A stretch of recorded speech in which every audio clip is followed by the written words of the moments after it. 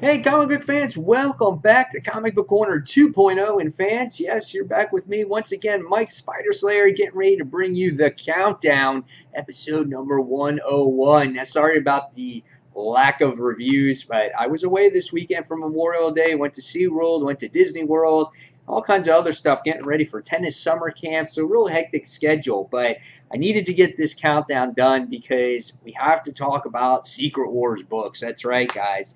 Now, there was 11 books altogether that were in this week's countdown. If you're new to the countdown, this is a show where I talk about my least favorite comic and count down all the way to the top comic of the week. So with that being said, let's get started, everybody, for number 11. Now, I must say, there was no bad comics in my list this week. This was my least favorite of them all, and that was Convergence issue number 7. That's right, fans. And in this particular issue, we wind up seeing that, kind of like what I was hoping for in Convergence, the way this book opens up. You get to see different heroes battling against each other, and this is what I hoped from the event from the beginning. And it just took so long to develop that way. It really turned me off from this series. There was this miscellaneous babble and things going on. There's some really good artwork in this issue, which was nice to see. And then we get to see Telos. He actually comes to his senses, and he has to go and try to fight Deimos from, I guess, controlling the universe. And you get to see that throughout this particular issue. And again, it was nice to see all these multiples of our characters, of our favorite DC characters here. And I think if you're a real true DC fan, you might actually like this book better than I have, because you can appreciate that. We get to see the battle kind of end quickly in this issue, where you see Telos, do battle against Deimos. And it was funny to see this realization of how all the heroes that were sided with Deimos, and then the other heroes that were sided with Earth 2 heroes, just kind of come to this realization real quickly that Deimos was bad, and they were all going against Deimos. And then in the end, Parallax just sits there and just, he uses his ring and he's like, "You're dead." And he just blows him up just like that. And all the energy gets released from him, I guess from the Time Masters or whatnot, from the collective energy, and wind up destroying this Oracle. And what happens now is that I guess the universe of all reality is just breaking apart, and now I guess the DC universe has changed forever. I don't know. We'll find out what happens in the last issue. So this was good. I mean, I liked it. I just felt like it was just also perfect how the heroes were like, he's bad. Let's stop the bad guy. And I'm Parallax, and I have my ring, and I'm going to destroy you. And that's just like how it was. And it was just as simple as Parallax destroying them.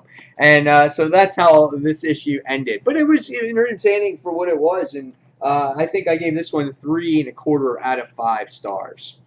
Just above average for me. Good artwork. All right, so moving forward now, we go on to number 10. And number 10 was Guardians of the Galaxy, issue number 27.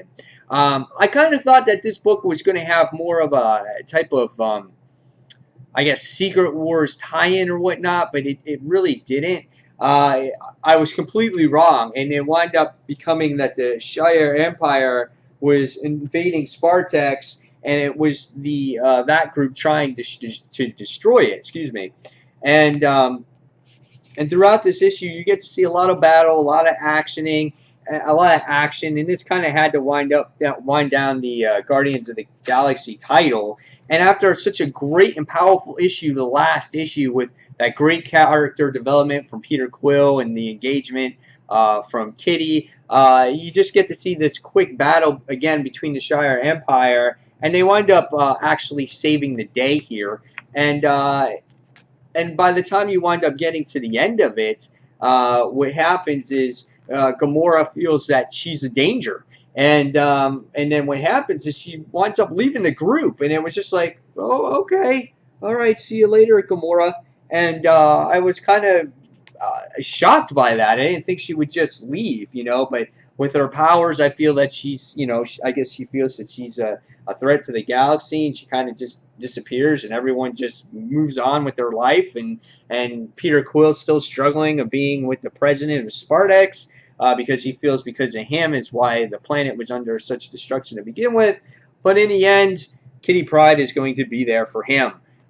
So, I thought it was an okay story, but I expected something a little bit more. And for Guardians of the Galaxy right now, this book is, on its hiatus, and then obviously it'll go to Guardians No More, which is at the Secret Wars book. So this is good. It was an entertaining read. I gave it a 3.5 out of 5 stars. I was just expecting something a little bit more from this. Not Gamora to kind of just take off and leave like she did. All right. Next we go on to number 9, and number 9 was Secret Wars tie-in, Master of Kung Fu. And it says, derelict, disgraced, and deadly. This issue was kind of good, even though I'm not familiar with, what's his name, Shang-Chi. I thought it was pretty good because they gave you the back history of what was going on between the two groups of, I think it was, I don't even remember because I read it a few days ago already, against the Kung Fu masters or whatnot. You get to see the rulers of what happened in here, and then you get to see his name is Kung, I don't even remember. I can't remember all these Kung Fu names. Kei Lon or whatever his name was. He was the one here that's been he's been the emperor for the past 100 years. And no one's been threatening him for all this time. And then in this issue, you wind up seeing this drunken guy sitting there telling the story of all these myths and all these legends and everything that was going on. And then you get to see these guys. I guess they call themselves the Master of the 10 Rings or something like that. And they wind up going battle against Shang-Chi.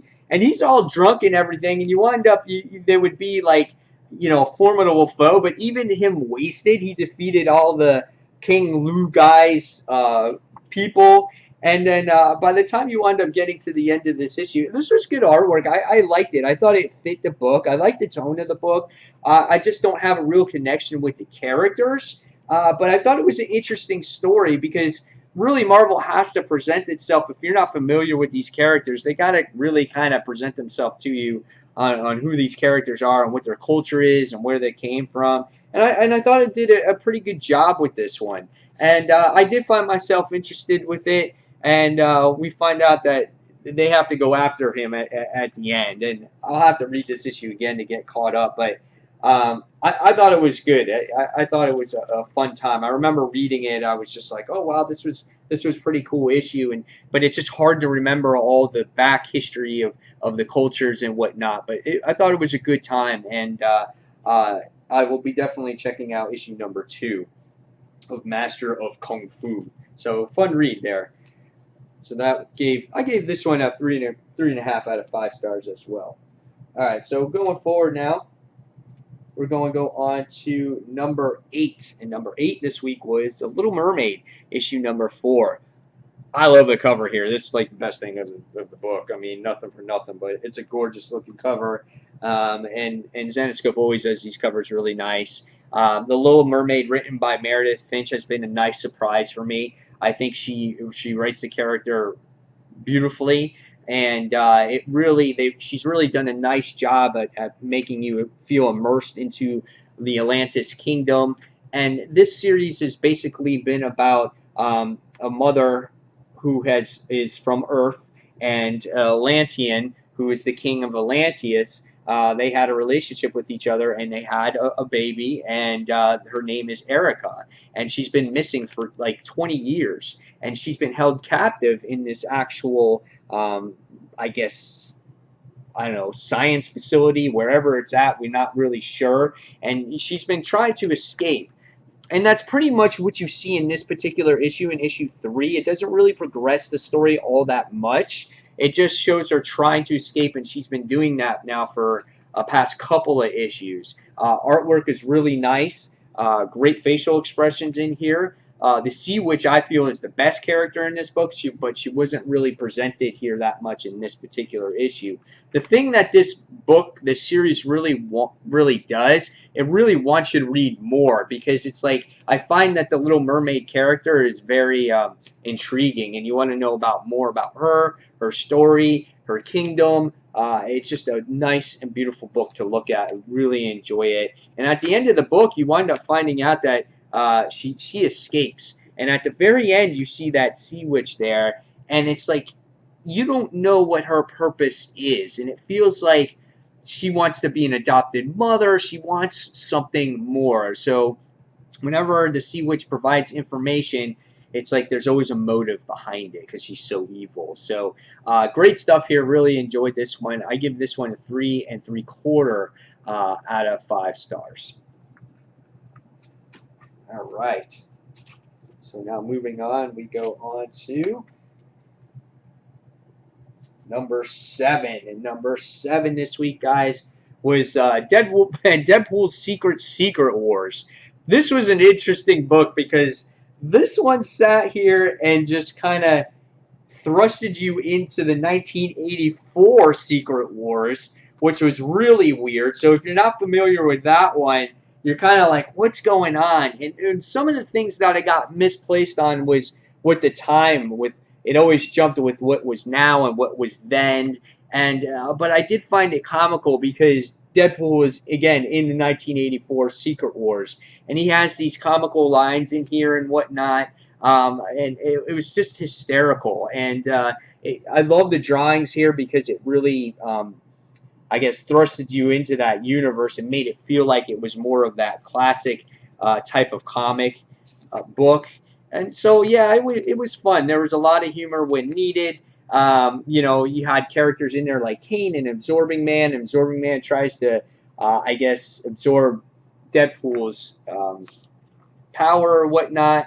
And then you wind up getting to this backstory in here. And I think it was late at night, and I think I was falling asleep, so I can't really give you much explanation of what happened in the backstory in here, but I will reread that one. Good artwork, though, in the backstory. It's got Howard the Duck in there and whatnot, so I thought this was funny. I like the setting of this book. I really enjoyed the Secret War portion of it from the original Secret Wars. And again, the humor in here was really well done. So same thing. I'm giving this one probably 3 3/4 stars. And that was number 7. All right. Next for this week, I'm going to go on to number 6. And number 6 was Secret Wars Battle World. This is a story that has a backstory, and then there's the first story. The first story was quite interesting, because in Secret Wars, you know that Doctor Strange is the sheriff, the right-hand man of Doctor Doom. But in this one, we find out there's something more to Doctor Strange. The good part of Doctor Strange's soul gets attached to other people in the universe. And yet you have like an evil side attached to Doctor Doom doing the right-hand man type of work. And it's like the evil Doctor Strange knows about this, but he's keeping it very secretive. So you're not sure what Doctor Strange or Strange's motive is going to be in Battle World or in the Secret Wars in the future. Really crazy stuff. I mean, for these Secret War issues, I feel you really have to, pay attention, dig deep, because this is the beginning of this universe, and there's a lot of things changing, and you got to catch things, and if you don't catch things, you're going to miss it. So you really got to read thoroughly through these issues. But in this issue, we wind up going to 2099, and we wind up seeing the Punisher wearing the Doctor Strange cloak, and you find out that ever since he was bitten by vampires, his soul is attached to the Punisher. And we get to meet that here. So this is an interesting concept for a book. And you wind up seeing that the Infernal Four winds up going after of Punisher, because he's breaking the law of crossing the borders of Doctor Doom. And that's one of the laws. Throughout Battle World, you can't cross these borders. Why? We really don't know, but maybe it's from other people interacting with each other to do a rebellion against Doom. Whatever the case may be, you can't cross the borders, and Doom sends out some henchmen to stop him. It's a Hulk, a Wolverine, a Ghost Rider, and a Black Spider-Man. And Punisher is quite strong in this issue, and you're just like, damn, he's got guns, he's got sorcerer, he's got magic. It's just like, it's so badass, and I really enjoyed it. And he makes no haste of the Hulk and all the other characters. And then what happens is we wind up finding out that the Punisher is kind of no more, but the soul of Doctor Strange is still there. And you know, Wolverine is asking questions to Strange, and he's like, don't worry about it. Don't worry about him, and things like that. And we get to see, again, Doctor Strange's soul wanting to attach to Wolverine. So, and he threatens him. He goes, you'll live in living hell if you don't. So it's kind of like, what is Strange's motive here? I'm not sure, but I thought it was a very interesting story. Now, the next story here is, it has to do with just you know, I feel this story was inserted into the Secret Wars because everything has been so serious and so dark, and I felt like with this story, they tried to add some humor into it. And this has to do with MODOK in here. And we find out that MODOK wants to take over Doom by kind of getting all of, it's kind of like a SpiderVerse event, kind of goes into the different space-time universes or whatever, and gets all the different MODOKs to try to work with him, and he's going to be the ultimate Lord Supreme of Battleworld. So he feels that he will take Doctor Doom's spot, and all his little henchmen will be Barons, and they will take over Battleworld. But I think MODOK didn't really sense this, but it's funny because all the people out there, all the other MODOKs, think like he does. So they all want to take over, whether they feel that some are doing justice for the world, which was a Spider-Man MODOK, which was so funny. It's his baby daughter MODOK. I was just like, this is, God, you gotta be kidding me. I thought this was fun. I thought this was hilarious. They all wind up they're doing battle against each other, and you know, MODOK wants to send them all back because his whole plan is all backfiring. MODOK Spider-Man gets no love in the particular issue, which I thought had good artwork in it. And then the next thing you wind up seeing when the Thors kind of come around to finding out, you know, what's going on with MODOK, they all pretty much kill each other. And I thought it was funny. I thought it was humorous. People may not like that in an otherwise very serious event, but you got to throw in humor in there. You know, you have to have it. That's why Deadpool was there. That's why this was in there. So I thought this was a fun issue. You know, some people might be turned off by it, but it's a 2 stories. It was $3.99. It wasn't a $4.99 issue, and I thought it was good. So I gave this one a 4 out of 5 stars. All right. So going forward now, we go on to, I think, number 5. Let me just make sure. Yes, the top 5 comics of the week. And number 5 this week goes to SpiderVerse Secret Wars number 1. Now, I had plenty of shares of SpiderVerse in the past, and right away we get thrusted into SpiderVerse Secret Wars. Now, I thought this book was pretty good because of the reason being is that we're finally getting a realization that some characters in Battleworld are not, they realize that something is wrong. And this issue does a really good job at explaining what Spider-Gwen is going through. Now, the one thing about this issue that I was missing was I missed Spider-Man. Spider-Man wasn't in this issue at all. And, you know, and that's kind of like, you know, what Spider-Verse has always been. It's been about all the other Spider characters, but I wanted some more Spider-Man in here. And this should have been almost like a Spider-Gwen issue 1, because it really featured her the most on here. But we get to see her, you know, doing a battle against Jackal because he's stealing graves. And, you know, there's a good narration by her in here saying that she hears a song, but it's a song she's never heard on the radio, and she can't quite remember it. So you're getting, you know, pieces and glimpses of her past life, but every time she tries to remember it, it kind of just goes away. So I thought that was a really interesting aspect here. And then you wind up seeing the other Spider-Man introduced in here as well. You wind up seeing Oscorp being introduced into the story also. And all these Spider-Men feel like they're together for a reason also. They're not, they just don't know what it is for. They find out that they're all connected through a web. Oscorp is a security type of company, and it's spelled with an OZ instead of the OS. So I thought that was quite interesting also. So there's all those little types of tidbits in the actual all types of different issue that that happened in here. Hold on one second, got a text.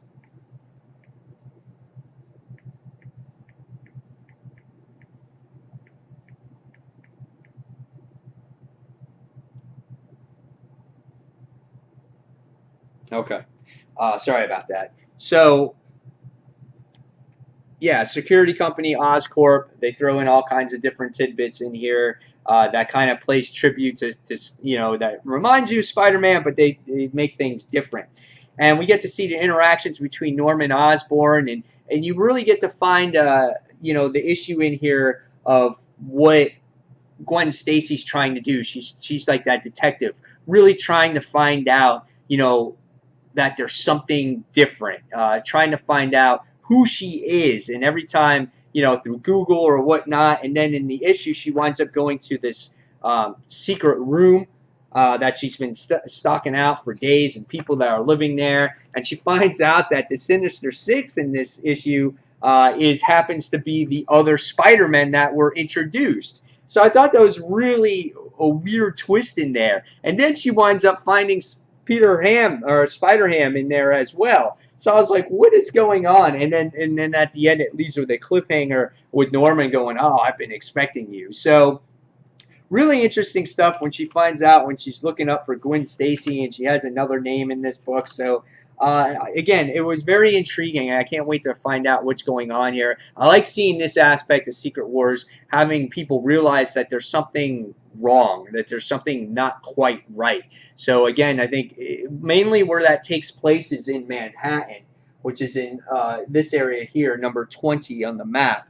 So it seems like that's where all this other stuff is going on, and where people seem to be remembering things of the past universe, because I think that's where the major part of the incursion happened within Manhattan in the 616 and 1610 universes. So I like this book. I thought it was really good.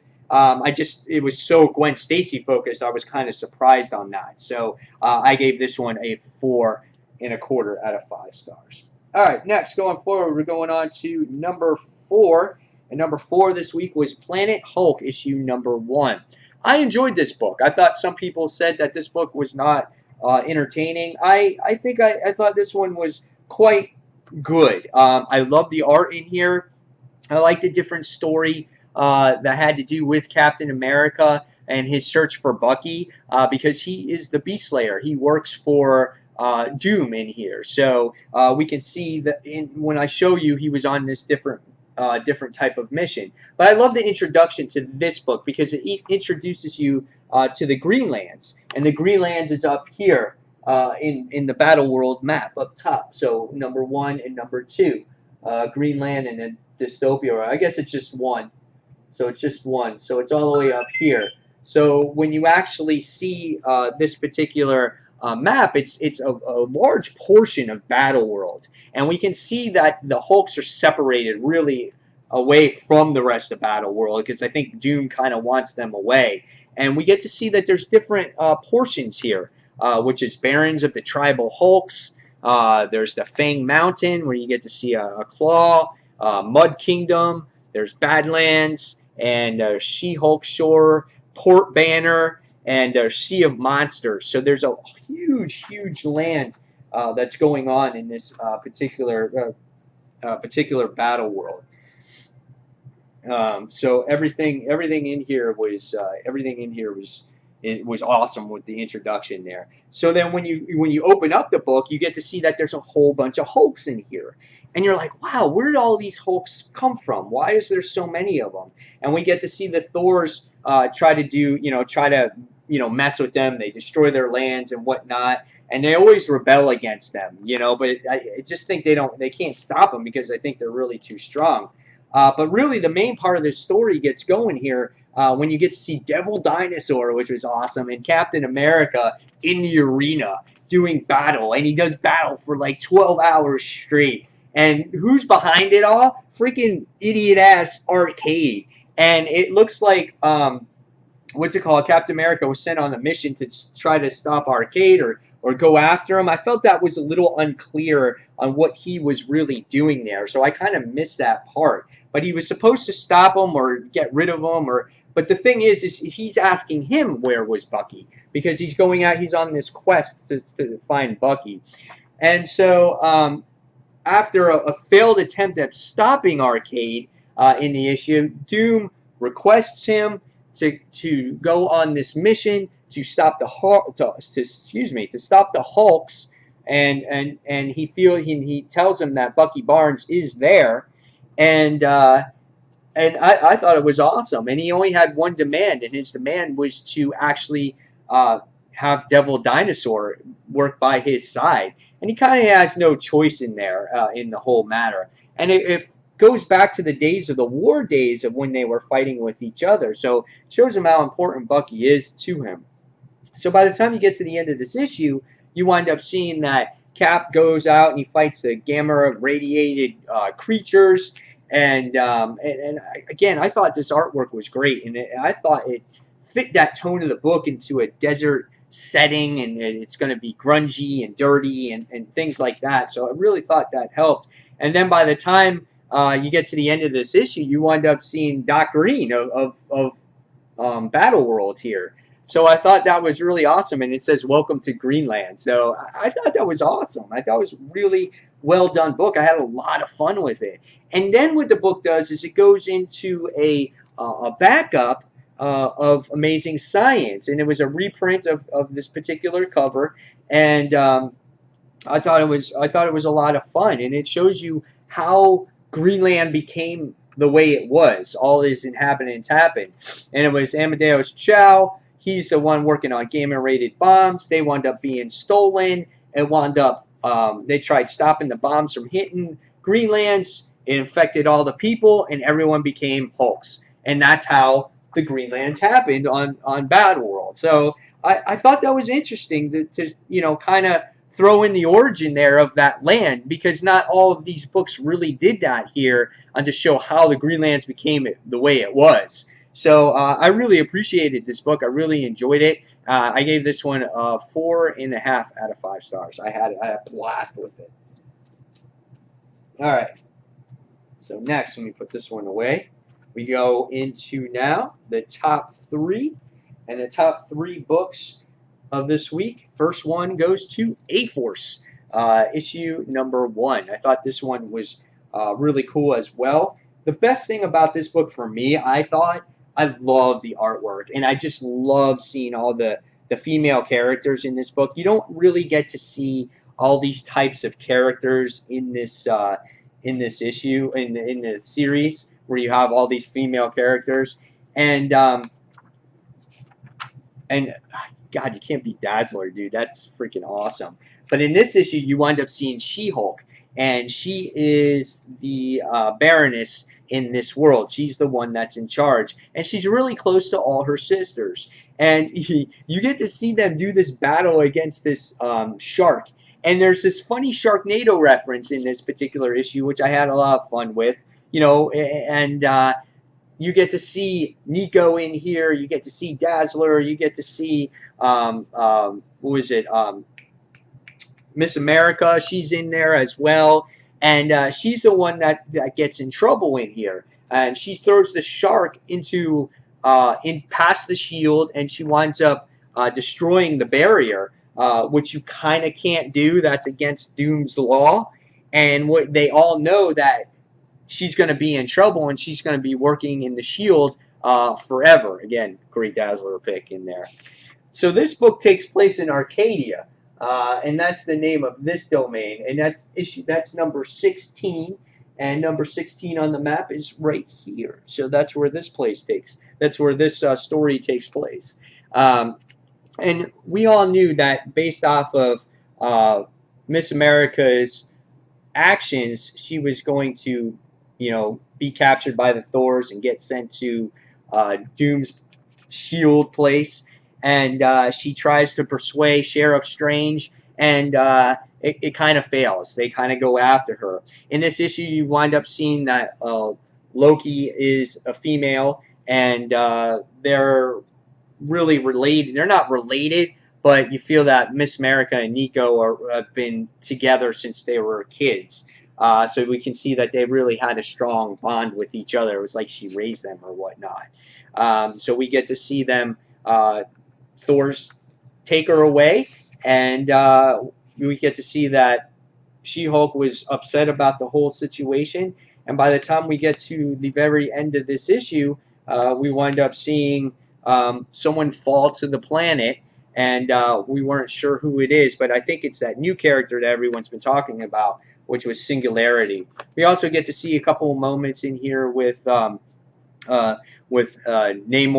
and the Ultimate version, I think it was. So I really love this book, and I really love the artwork in here. And I thought it was good, even though the story, makes you feel like some of these stories have been going on for years and years. I really didn't feel that out of place with it. I loved how they introduced the characters. Like, if you haven't seen a character for a long time or you don't know who they are, it kind of did a nice introduction to him. Again, Nico, it shows you the little dialogue box. So, again, I had a lot of fun with it. Dazzler, in case you haven't seen her in a long time. And I really liked it. And I gave this one a 4 3/4 out of 5 stars as well. So this was really well done. All right. Next, we go on to number 2.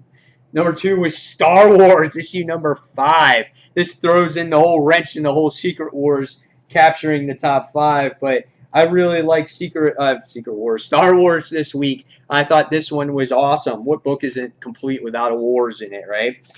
In this book, you get to see Luke Skywalker going to Tatooine and trying to find any answers that he can with Obi-Wan Kenobi and trying to make him maybe a better Jedi, learn about the Force, or whatever the case may be. Really well done. In the meantime, in this issue, you wind up seeing Boba Fett going after and trying to find Luke Skywalker, which was awesome. And you get to see some great artwork in this issue when it comes to Boba standing there trying to get all kinds of information. He threatens all these creatures, and you can see there's a big gorilla-like guy with 6 arms, and you see the size difference between the two. And he squares up to him, and he sits there, and he kicks the shit out of him. And it's just like, oh, damn, he just did that, right? I was like, oh, my God. And he just punishes everybody just to try to get the information of where Skywalker may be. The other part of the story, which I almost didn't care about, but which is very important, is Han and Luke really trying to find a rebel base. And we all know where it's going to be in the future if you're a Star Wars fan, but it's very crucial that Han goes with Leia to try to find this base. The interaction between those two are really, really well done. The issue continues with just Boba Fett just going to town here on this guy and, trying to get any information. And he winds up shooting him anyway. I just thought it was great. You see some battle with Luke doing battle against some sand people, and by the time you wind up getting to the end of this issue, you wind up finding out that that R2 finds a book. And we saw this book, I think, at the end of the last issue or 2 issues ago. And just as he finds this book, you get to see this little bomb go off, and you wind up seeing that Boba Fett has found his target. And I was like, oh, shit, how is Luke Skywalker going to escape Boba Fett? I'm like, there's no way in hell he's going to do that. But some way he does, because Luke Skywalker lives in all the Star Wars movies. So I was just like, oh, man, this is crazy. But this was a good book. I mean, this, in my opinion, was a 5-star book. This was just as equal to me as the next book. I had a tough time trying to really make out my top 5 because a lot of these books I really enjoyed. They were really different this week. Put a lot of spin on things that we're not used to seeing in the Marvel Universe. And I feel if you can open your eyes to things and be, just open to it, I think you can really enjoy these books. All right, so number one for me was Battle World Ultimate End issue number 1. I thought this was really good because this looks like the center of everything, of where everything takes place. And again, it's in Manhattan. So if you go back to the trusty map here, let me see if I can zoom in on the map. Okay, hopefully you guys will see that at home. But on the map here, it takes place in Manhattan, okay, which is in area number 20. And you look right below it, and A, there's Attilan, and B, there's Manhattan Earth 616, and then there's C, Manhattan 1610. Those are the two places I felt that combined. And what happens in this Ultimate End issue number 1 here is that we find out that these two universes actually come together, and they wind up working together. Ultimate characters and was it 616 characters. So I was just like, wow, that's really awesome. So in this issue, it opens up how all these different areas are working together. So you get like Times Square, Penn Station, Union Square, Grand Central Station, Nelson and Murdoch Place. There's the Baxter Building, but then there's the Baxter Building, Earth 1610. So I was just like, oh wow, that's really cool. But they integrated those two universes right there. And it seems like Doom doesn't have a complete awareness of kind of what's going on quite yet at the beginning of this issue. He doesn't really realize that all these teams are kind of working together. All these characters are working together. And you get to see 616 Spider-Man come into the Ultimate Universe, and he does battle against these Serpent Ladies. I must say that Mark Bagley does the artwork in this book, and I was just like, yes, Bagley on this art, because he did Ultimate Spider-Man in a day, and he does what's it called, Hulk, and I'm just really loving his artwork right now, and so I couldn't pick a better person to do the artwork in here. And then you get to see the all-new Ultimates go in, so you get to see Bombshell, Cloak and Dagger, and we wound up seeing Jessica Drew in here as well, but she's wearing her Black Widow costume from the past, not the new one, so I was happy with that. And so it was great to see the interactions between 616 Peter here and with the Ultimate characters, and he's like, hold on a second, you're telling me that Peter Parker died in this universe, and then he came back, but people all know his identity, and so you guys know my name. He goes, so how many people know my name? Raise your hands. And they all raise their hands, and they're like, holy shit, what the hell is going on, And they're like, oh, it's okay to take off your mask. And he's like, no, that's okay, I'm good, I don't want to take off my mask, people know who I am. So there was like good interactions in this book, and I got a kick out of it. And then it was really good to see, because you get to see Nick Fury in here as well, and then you get to see a version of this is crazy, a version of Tony Stark. There's two versions of himself because of some time continuum stuff. Really confusing. Got to read it to understand it. But you get to see other characters from 616 like Storm and Scarlet Witch and Emma Frost and Cyclops were in here. So really awesome stuff. You get to see how they need to find out what's going on, because they know stuff is not right. They know that Doom shouldn't be the leader, and they need to figure out what's going on to try to stop him. And again, they feel that no one understands what, Doom's not sure what's going on. And then after some technical stuff of what was going on in this issue of how Tony Stark got split into two, we wind up finding out that when they go out onto their mission to explore, we wind up finding out that the Thors are catching on, and where Doom is catching on and what's going on, and sends out the Thors to go ahead and stop them. And that's how the issue kind of ends. And then in issue number 2, we talk about what's it called, the Hulks doing battle against each other. So wild ride here. I mean, there's some little confusing stuff that you have to really read to understand what's happening, but overall, I thought Ultimate End was the best Secret Wars book, because it has to do mainly with the two titles. So I think I enjoyed that one the most, and it looks like maybe the Ultimate Universe is going to be completely in the end, you know, gone by the time it's all done and said with. But great stuff. So I had a lot of fun with the Secret Wars books, guys, this week,